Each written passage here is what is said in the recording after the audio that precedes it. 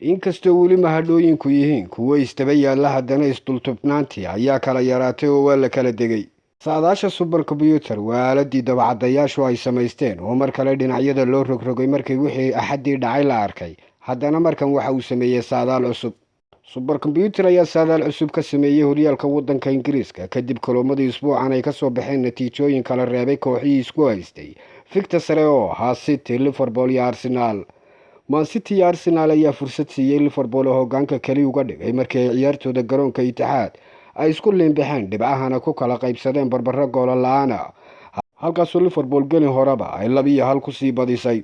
subarkombyuutar oo adeegsanaya macluumaadka Opta ayaa waxa uu saadaaliyey kooxda ku guuleysanaysa horyaalka Premier League isagoo ka duulaya xogtii u dambeysay natiijooyinka kulamadii Axadda. wala uu yahay aalad ay dabacadayaal samaysteen ilaahuna garanayo sida wax u dhacayaan. haddana inagoo sii eegayna Liverpool ayuu subarkombyuutar ugu bishaareeyey horyaalka Premier League halka Man City uu sheegay inay soo xidhiidhsan doonto kaalinta labaad oo Arsenal u dhici doonto kaalinta saddexaad, taasoo haddii ay rumowdo niyad jab weyn ku noqon doonto madaafiicda. subarkombyuutar Opta oo 10,000 oo jeer wareejiyey saadaasha ayaa waxa uu sheegay in fursadda Liverpool ugu guuleysan karayso horyaalka ay tahay 47% waxaana fursadoodu ay korodhay 12.4% kadib guushii ay ka gaadheen Brighton. Man City oo hore ay fursadeedu u ahayd 45.9% ayaa hadda hoos ugu dhacday 33.5%, waxaana la sii degtay natiijadii ciyaarta Arsenal ay barbaraha goola la'aanta la galeen. Arsenal oo hore u ahayd kooxda ugu fursadda fiican ayaa waxay hadda fursadeedu noqotay 18.8%, waana saadaal niyad jab ku ah Gunners oo u dagaalamaysa inay ku guuleysato horyaalkeedii ugu horeeyay ee Premier League tan iyo sanadkii 2004 oo kuwii dhashay cawska cagaaran ay ka xamaashaan. weli horyaalka iyo wixii dhacay iyo isbedelada dhacay ayaynu dul istaagaynaa. Roy Keane oo bedelay saadaashii horyaalka Premier League iyo kooxda uu koobka siiyey iminka. Keane oo ogsoonin haddii Liverpool ay ku guuleysato horyaalka Premier League ay noqon doonto markii labaatanaad ay ku guuleysato oo ay barbarayn doonto rikoorka Man United oo ah kooxda ugu guulaha badan ayaa yidhi waxa ay la tahay in Liverpool ay ku guuleysan doonto iyaga ayaana ugu cadcad waxaanaynu aragnay. Arsenal waa kooxda labaad ee ugu cadcad inkastoo farqi goolala ay haysato. City waxa hoos u dhigay dhaawacyo waxa sugaya Champions League iyaga iyo Arsenal waana kooxda saddexaad ee ugu cadcad. markastoo aan daawado Liverpool waxaynu arkaynaa hal ama laba qalad oo laga yaabo inay sameeyaan, laakiin fursado badan ayay abuuraan ciyaar walba waxaanay doonayaan inay dhaliyaan goolal badan. waxaan arkay Man City balse waxaan arkay dhawaanahan waxaan la jiraa oo aan u malaynayaa in ay Liverpool ku guuleysan doonto horyaalka. dhinaca kale Gary Neville ayaa isaguna afiya labadii daan yeedhay, waxaanu yidhi Haaland wuxuu u muuqdaa qof aan weligii kubadda ciyaarin oo kabaha ayuu la dulmaray. kadib qosolkii uu Gary Neville ka qoslay telefishinka Sky Sports ciyaartii Arsenal iyo Man City ayaa wax laga weydiiyey. waxa uu igu muuqdaa sida qof aan weligii meel kubad lagu ciyaaraya aan istaagin. kadib Haaland ayaa weerar afka kala kulmay halyeegii Man United ee Roy Keane kaasoo tilmaamay inuu Haaland u dheelo sida ciyaaryahan heerka afraada. waxaanu yidhi heerka ciyaartiisa guud aad ayay u liidataa keliya maanta maaha. goolka hortiisa wuxuu ku yahay xidiga ugu fiican dunida, laakiin ciyaartiisa guud waa mid aad u liidata keliya maanta maaha. waa inuu horumariyaa ciyaartiisa guud. wuxuu igu muuqdaa ciyaaryahan heerka afraada oo waa sidaan u arko isaga. ciyaartiisa guud waa inay horumar samayso, waana laga yaabaa inay samayso sanadaha soo socda. halka iyadaana Roy Keane iyo Gary Neville way isku raaceen taa oo hadal kuma jiro. Alan Shearer oo isaguna saadaaliyey kooxda ku guuleysan doonto horyaalka Premier League waqtigan xaadirka inkastoo Liverpool faa'iido haysato Arsenal la ku jirto tartanka iyadoo 9 ciyaarood ay harsan yihiin. waxaan weli u arkaa Man City inay tahay kooxda ugu cadcad hanashada horyaalka Premier League. maxaa dhacay? wartay nimanku lugahan umada kale bay ku xidhan yihiin iminka cagahooda waxba kuma jiraan. Man City ayaa 3 dhibcood iyadu 3 ka hooseyso hogaamiyayaasha horyaalka, taasoo ka dhigan ayuu leeyahay nimankani khibradii waa aragnimay leeyihiin. waa hadday isdayacaan labadan kale, laakiin sida mid hadday isdayacdo ta kale ayaa dayacaya. suurtagal maaha in labaduba hoobtaan. marka ninkaasina wuxuunbuu iska yidhi bal weynu eegi. Premier League ayaa isaguna go'aaminaya in Liverpool iyo Man City ay ciyaaraan kulan lagu kala saarayo haddii ay isku dhibcan noqdaan. arrintan ayaa ka dhigan in Arsenal min 4 dhibcood ka qaadatay labada kooxood ay xifaaltamayaan, waxaana haddii ay ka sinmaan dhibcaha iyo goolasha loo eegi doonaa kulamada ay iyagu wada ciyaareen. dhinaca kale Liverpool iyo Man City ayaa labadii ciyaarood ee horyaalka Premier League iska hor yimaadeen xilli ciyaareedkan waxay ku dhameysteen barbaro. Tanina waxay keeni doontaa in haddii ay ka sinaadaan dhibcaha iyo goolasha ay dhaliyeen, sidoo kalena dhinaca akhlaaqda amaba kaadhadhka ay isku mid noqdaan inay ciyaaraan kulan lagu kala saarayo. Sidee ayay ku dhacaysaa arrintani haddaba? Haddii Liverpool iyo City ay dhibco isku mid ku dhameystaan horyaalka, farqiga goolasha ayaa lagu kala saarayaa. Haddii farqiga goolasha isku mid noqdaan, kooxda goolasha ugu badan dhalisay ayaa la siin doonaa horyaalka. Haddii labada kooxood ay weli isku mid ka sii ahaadaan dhibcaha, farqiga goolasha iyo tirada goolasha ay dhaliyeen, waxaa la eegi doonaa natiijada kulamadii iyagu wada ciyaareen. Haddii kulamadii ay wada dheeleen isku mid noqdaan, labadii ciyaaroodba barbaro ayay ku dhamaysteen. Waxa mudnaanta yeelan doonta kooxda goolasha ugu badan kusoo dhalisay banaanka kulamadoodii ay wada ciyaareen. Haddii ay isku mid noqdaan goolasha ay labada garoon ku kala dhaliyeen, waxaa loo dhigi doonaa ciyaar ku celis oo garoonka dhexdhexaad ah oo ah Wembley oo ay ku ciyaari doonaan. Maamulka Premier League ayaa waxa kale oo looga baahnaan doonaa inuu bixiyo tafaasiil dheeraad ah sida garoonka iyo waqtiga ay noqonayso ciyaartaasi, maadaama la isku dul rakibnaanayo waqtiga waa haddiise ay dhacdo. Laakiin iminka la kala teg orodna maaha.